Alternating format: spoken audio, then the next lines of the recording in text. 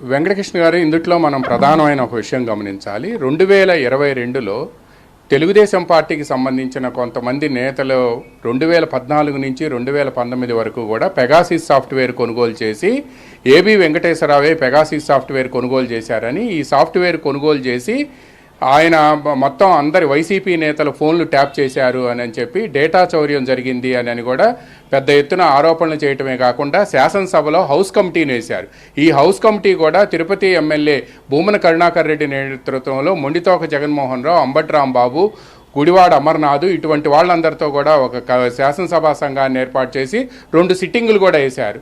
ఈ 2 సిట్టింగుల్లో కూడా డేటా చౌర్యం జరిగిందేమో కానీ పెగాసిస్ సాఫ్ట్వేర్ని అయితే మాత్రం ప్రభుత్వం వైపు నుంచి కొనుగోలు చేయలేదు అని చెప్పి అక్కడ అప్పటి ఇంటెలిజెన్స్ వింగ్ ఒక నివేదికని సభా సంఘానికి ఇచ్చింది. దీంతో ఏదైతే పెగాసిస్ సాఫ్ట్వేర్ వెస్ట్ బెంగాల్లో బయటపడింది, కొనుగోలు చేశారని చెప్పి బయట చెప్పారో దాన్ని ఆధారంగా చేసుకొని శాసనసభలో ఆరోపణలు చేసి దొంగన్నట్టుగా వ్యవహరించారు అనేది తెలుగుదేశం పార్టీ నేతలు ఇప్పుడు ప్రధానమైన ఆరోపణ చేస్తున్నారు. ఎందుకు అనంటే, ఎవరైతే ఈ పెగాసిస్ సాఫ్ట్వేర్ కొనుగోలు చేయాలి ప్రభుత్వం వైపు నుంచి అంటే ఫైనాన్స్ నుంచి బడ్జెట్ రిలీజ్ ఆర్డర్ ఇవ్వాలి, బీఆర్ఓ ఇవ్వాలి.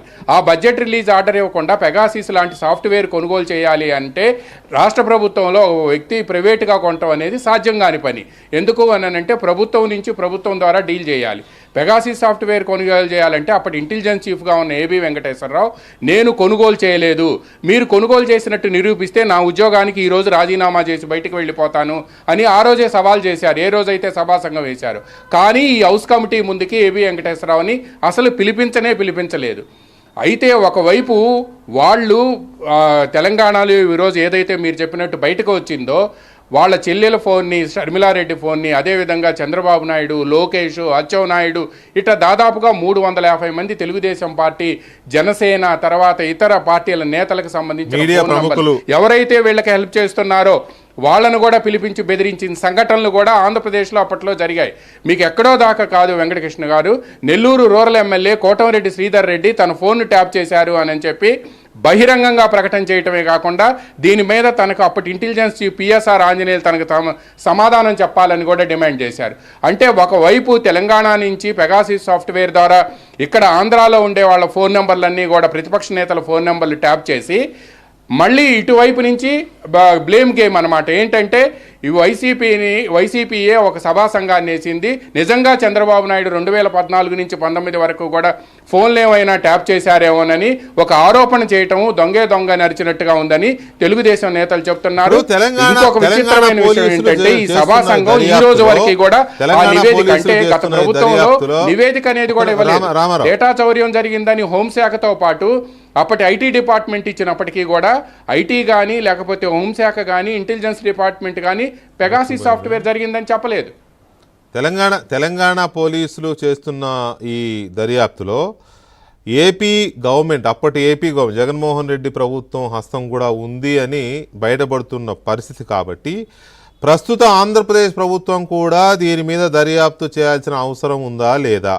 ఎందుకంటే షర్మిలారెడ్డి గారు కాదు, జగన్మోహన్ రెడ్డి గారి కుటుంబ సభ్యులు మాత్రమే కాదు, చంద్రబాబు నాయుడు గారి కుటుంబం మీద, పవన్ కళ్యాణ్ గారి కుటుంబం మీద, మీడియా ప్రముఖుల మీద మొత్తం 350 మంది మీద చేశారని ఇక్కడ పోలీసులు బయటకు తీస్తున్నారు. కాబట్టి ఈ దర్యాప్తులో ఆంధ్రప్రదేశ్ ప్రభుత్వం కూడా ఇంప్లీడ్ అవ్వాల్సిన అవసరం ఎంతవరకు ఉంది?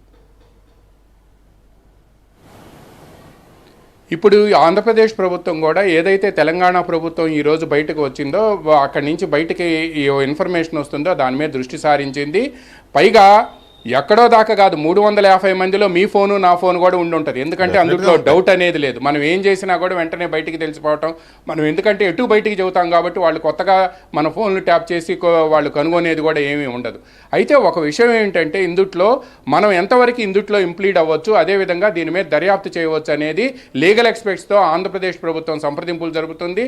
ఎందుకంటే తెలంగాణలో ఈరోజు ఫోన్ ట్యాపింగ్కు సంబంధించిన ఆసక్తికరమైన విషయాలన్నీ వెలుగులోకి వస్తుండటంతో ఈరోజు ఎవరైతే లీగల్ ఎక్స్పర్ట్స్ ఉన్నారో వాళ్ళందరినీ కూడా పిలిపించి ఆంధ్రప్రదేశ్ ప్రభుత్వంలో ఉన్న ఉన్నతాధికారులంతా కూడా మాట్లాడుతున్నారు. దీని మీద దృష్టి సారించాలి అని ప్రభుత్వం నుంచి అనధికారిక సమాచారం ఇంటెలిజెన్స్తో పాటు డీజీపీకి కూడా వెళ్ళినట్టు మనకు సమాచారం అందింది. ఎందుకంటే ఈ స్థాయిలో ఫోన్ ట్యాపింగ్ జరిగింది అనేది సరే, సొంత చెల్లెలు ఫోన్ ట్యాపింగ్ జరిగింది. అదేవిధంగా మీరన్నట్టు చంద్రబాబు నాయుడు కుటుంబ సభ్యులతో పాటు ఏ రోజు రాజకీయాల్లోకి రాని భువనేశ్వరి, బ్రాహ్మణి, అదేవిధంగా పవన్ కళ్యాణ్ సతీమణి, ఇటువంటి వాళ్ళ ఫోన్లు కూడా ట్యాప్ చేశారు అనేది అప్పట్లో పెద్ద ఎత్తున ఆరోపణలు వచ్చినాయి. చివరికి వైఎస్ఆర్ కాంగ్రెస్ పార్టీలో ఉండే ఎవరైతే వాళ్ళు కొంత అటు ఇటుగా ఉన్నారని వాళ్ళకి అనుమానం ఉందో వాళ్ళ ఫోన్ నెంబర్లు కూడా ట్యాప్ చేశారని వచ్చింది. డెఫినెట్గా దీని మీద అప్పట్లో కోటమిరెడ్డి శ్రీధర్ రెడ్డి ఫిర్యాదు కూడా చేశారు. అటువంటి ఫిర్యాదుని ఏదైనా కన్సిడరేషన్లోకి తీసుకొని ఇప్పుడు ఆంధ్రప్రదేశ్ ప్రభుత్వం మళ్ళీ కొత్తగా దర్యాప్తు చేస్తుందా, ఇప్పుడు అధికారులు ఏమి నివేదిక ఇస్తారో, అక్కడి నుంచి ఏమి ఇన్ఫర్మేషన్ వస్తుందని చూసుకొని ఆంధ్రప్రదేశ్ ప్రభుత్వం ముందుకు వెళ్లే అవకాశం ఉంది అని కూడా చెప్తున్నారు Venkatakrishna. Right Ramarao, thank you very much. Telangana పోలీసులు చేస్తున్న ఈ దర్యాప్తులో ఇలాంటి అంశాలు ఇంకెన్ని బయటకు వస్తాయో తెలియదు. ప్రస్తుతానికి ఆంధ్రప్రదేశ్ అప్పటి